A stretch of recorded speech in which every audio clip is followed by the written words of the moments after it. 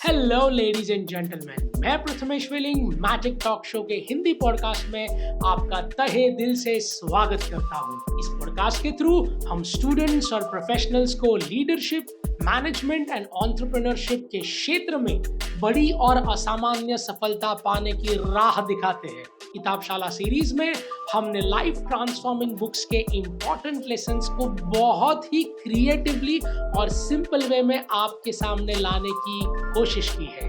यानी कि पूरी किताब का सारांश सिर्फ 7 मिनट और 7 लेसन्स में। आगे बढ़ने से पहले मैजिक टॉक शो यानी कि MTS पॉडकास्ट को फॉलो करें और बेल आइकन को प्रेस करना ना भूलें, जिससे आपको हमारे पॉडकास्ट के अपडेट्स लगातार मिलते रहे। आज के एपिसोड में हम बात करेंगे जेम्स क्लियर द्वारा लिखी गई एक किताब जिसका नाम है एटॉमिक हैबिट्स की। ये एक अद्भुत नक्शे की तरह है जो आपकी आदतों को नया आकार देने के लिए और आपके जीवन को सरल बनाने के लिए उपयुक्त साबित होती है।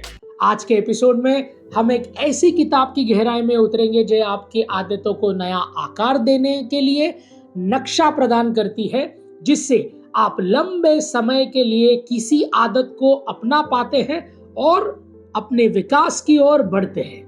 लेखक जेम्स क्लियर के द्वारा लिखी गई किताब जिसका नाम है एटॉमिक हैबिट एक अद्भुत किताब है जो प्रैक्टिकल ज्ञान को वैज्ञानिक ज्ञान से जोड़कर आपके जीवन में बदलाव का बीज बोती है। लेखक का मानना है कि बड़े बड़े पहाड़ चढ़ने के लिए कोई एलिवेटर नहीं होता, बल्कि छोटी छोटी सीढ़ियों से ही हम आगे बढ़ सकते हैं। आसान भाषा में अगर कहा जाए तो बड़ी सफलता पाने के लिए छोटी छोटी अच्छी आदतों का इम्प्लीमेंट करना बहुत जरूरी है। आदत कैसे बनानी है, कैसे उसे लंबे समय तक निभाना है, या कैसे अच्छी आदतों से जीवन को संवारना है, इन सभी बातों को ये किताब हाईलाइट करती है। तो चलिए जानते हैं एटॉमिक हैबिट्स की 7 ट्रांसफॉर्मेशनल लेसन्स। लेसन नंबर 1, शुरुआत भले छोटी करे, सोच हमेशा बड़ी रखे। Start small and think big. ये बुक एक बात पर बहुत जोर देती है कि बड़ी बड़ी सफलता अक्सर मामूली शुरुआत से ही मिलती है। अगर आप अपने जीवन में बड़े और परमानेंट बदलाव चाहते हैं तो छोटी छोटी और लगातार की जाने वाली आदतों से ही वो मिल सकते हैं, जिन्हें जेम्स क्लियर ने बड़ी ही चतुरता से एटॉमिक हैबिट कहा है। ये कॉन्सेप्ट बिल्कुल स्नोबॉल इफेक्ट जैसा है। जितना आप बर्फ के गोले को रोल करेंगे उतना ही वो बड़ा बनते जाता है। आपको एक दिन में सब कुछ नहीं करना है, बल्कि हर रोज नियमित रूप से कम करना है और उन छोटी छोटी आदतों को निखारना है। एक आसान सा एग्जाम्पल है कि हम बचपन में हाइट बढ़ाने के लिए लटकने की प्रैक्टिस करते थे, सही है ना? लेकिन क्या 4 दिन में या 4 घंटे में अपनी हाइट बढ़ जाती है? नहीं। एक दिन आपकी हाइट नहीं बढ़ती या नहीं बढ़ने वाली, लेकिन लगातार अगर आप ये करते रहे तो एक दिन बदलाव जरूर आएगा। तो सीधा सा मैसेज है कि परमानेंट बदलाव एक दिन की मेहनत से नहीं, बल्कि हर रोज थोड़ी थोड़ी कोशिश से आता है। तो उतनी मेहनत करें जितनी हो सकती है और जितनी प्रैक्टिकली पॉसिबल है। ये नहीं कि पहले ही दिन जिम में जाकर 4 घंटे वर्कआउट कर लिया, उससे आपकी तकलीफ कम होने के बजाय और भी बढ़ जाएगी। तो रोज थोड़ा थोड़ा कीजिए, आखिर बूंद बूंद से ही सागर बनता है। तो छोटी छोटी आदतों को इग्नोर मत कीजिए, यही है जो आगे जाकर आपको बड़ी बड़ी खुशियां दे पाएंगी। तो इस लेसन को समराइज करते हुए मैं सिर्फ इतना ही कहना चाहूंगा कि सपना तो बड़ा सा आलीशान घर बनाने का ही होना चाहिए, लेकिन शुरुआत तो एक छोटी सी ईंट से ही होगी। लेसन नंबर 2, आदतों को एक साथ जोड़िए। The power of habit stacking. इस बुक में लेखक जेम्स क्लियर हमें एक बेहतरीन स्ट्रैटेजी से अवगत कराते हैं जिसे हैबिट स्टैकिंग कहा जाता है। ये एक ऐसा कॉन्सेप्ट है जो आपके जीवन में सकारात्मक परिवर्तन लाने की प्रोसेस को काफी सरल बनाता है। इसमें आपको क्या करना है कि आपके डेली रूटीन में एक नई आदत को जोड़ना है। कुछ आदतें ऐसी होती है जो आप बिना किसी फेल के पूरी कर सकते हैं, बस उन्हीं आदतों के साथ कुछ नई प्रैक्टिस शामिल करना है। सीधा सा मतलब है कि जिस भी आदत को आप अपनाना चाहते हैं उसे एक पुरानी आदतों के साथ जोड़ दें, फिर आप दोनों को एक साथ नियमित रूप से कर पाएंगे। इससे आपको नई आदत के लिए अतिरिक्त समय नहीं निकालना पड़ेगा। इस बदलाव की कठिन प्रक्रिया स्टेप बाय स्टेप प्रगति यानी कि प्रोग्रेशन में बदल जाती है। चलिए इसे एक साधारण से उदाहरण से समझते हैं। मान लीजिए आपको किताब पढ़ने की आदत डालनी है और आपको रोज सुबह कॉफी बनाने की आदत है, तो अब आप क्या करोगे? इन दोनों को जोड़ दोगे जिससे किताब पढ़ना आसान हो जाएगा। तो जैसे ही आप अपनी कॉफी बनाना शुरू करें, वैसे ही कोई किताब को 15 मिनट्स के लिए पढ़ लीजिए और कॉफी का सिप लेते लेते उस किताब को पूरी कर दीजिए। तो आपका हैबिट स्टैक कुछ ऐसा दिखेगा। नंबर 1, सुबह उठकर कॉफी बनाना। नंबर 2, 15 मिनट्स तक कोई किताब पढ़ना। तो जब आपने इन दोनों को जोड़ दिया तब आपको नई आदत मिल जाएगी, यानी कि कॉफी को बनाते बनाते किताब पढ़ना और सिप करते करते किताब पढ़ना। तो हाँ, ये अच्छा तरीका है अपनी दिनचर्या में सुधार लाने का।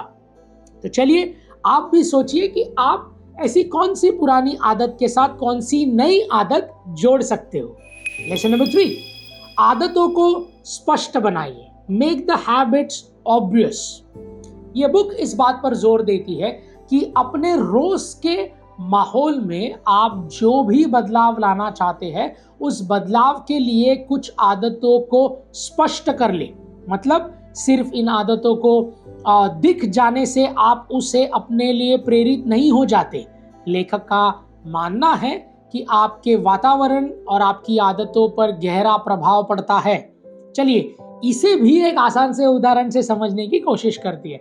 मान लीजिए कि आपको एक बार बार पानी पीने की आदत डालनी है, तो आप एक पानी की बोतल या जग अपने टेबल पर ही रख दीजिए, जिससे जब जब बोतल को देखेंगे तब तब आपको याद आएगा कि आपको पानी पीना है।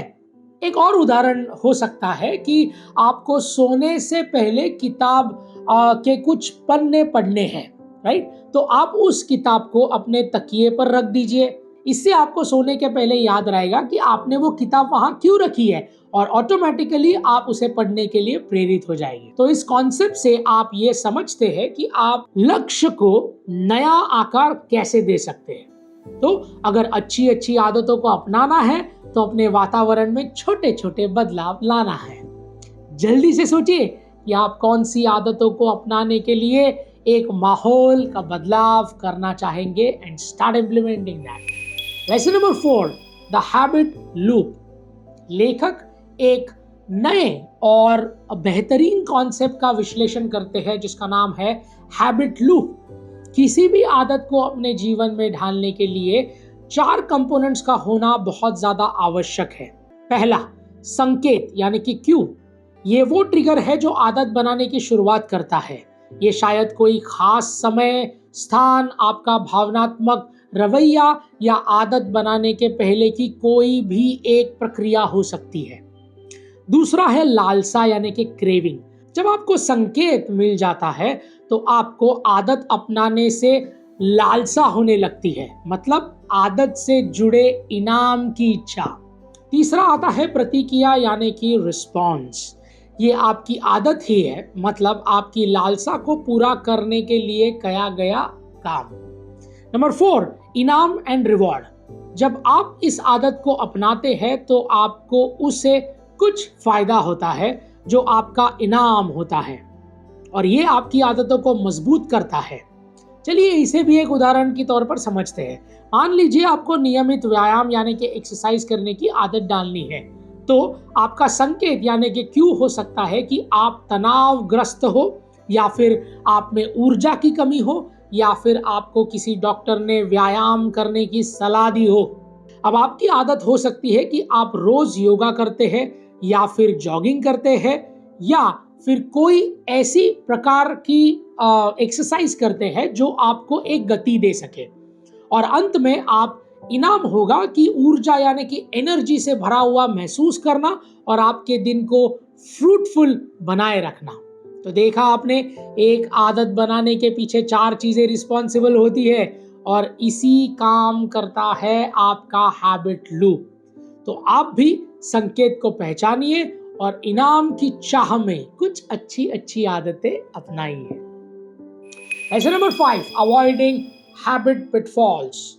लेखक हमें एक ऐसे गड्ढों से बचाने के बारे में कहते हैं जो आपकी आदत के बीच में हर रोज आएंगे। लेखक हमें कुछ ऐसे गड्ढों से बचने के बारे में कहते हैं जो आपके आदतों के बीच में आने वाले हैं, और ये हमें उन गड्ढों से बचने के लिए कुछ नए रास्तों का निर्माण करने का प्रेरणा देते हैं। वो विलंब करना यानी प्रोकास्टिनेशन, प्रेरणा की कमी यानी कि लैक ऑफ मोटिवेशन, या जवाबदारी ना होना यानी कि लैक ऑफ अकाउंटेबिलिटी, ये जैसे परेशानियां के बारे में बात करते हैं।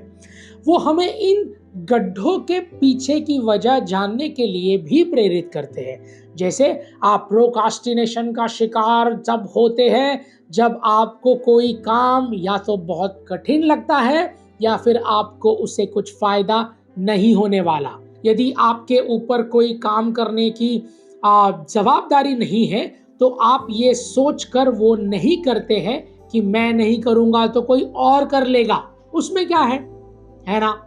ऐसा हम सभी के साथ होता है। ऐसे ही चुनौतियों का सामना करने के लिए लेखक हमें कुछ स्ट्रैटेजीज बताते हैं, जैसे हैबिट स्टैकिंग जो हमने कुछ लेसन्स पहले कवर की थी। और पहले बात है कि नई आदतों को अपनाने को सिर्फ बना देती है, वो हमें साफ साफ लक्ष्य निर्धारित करने, अपनी प्रगति को चेक करने और सकारात्मक माहौल बनने की सलाह देती है। लेसन नंबर 6, पहचान की शक्ति, द पावर ऑफ आइडेंटिटी। लेखक इस बात पर जोर देते हैं कि आपकी आदतों को आपकी पहचान बनाना सीखिए। उस व्यक्ति की पहचान को अपना लीजिए जिसे जैसा आप बनना चाहते हैं।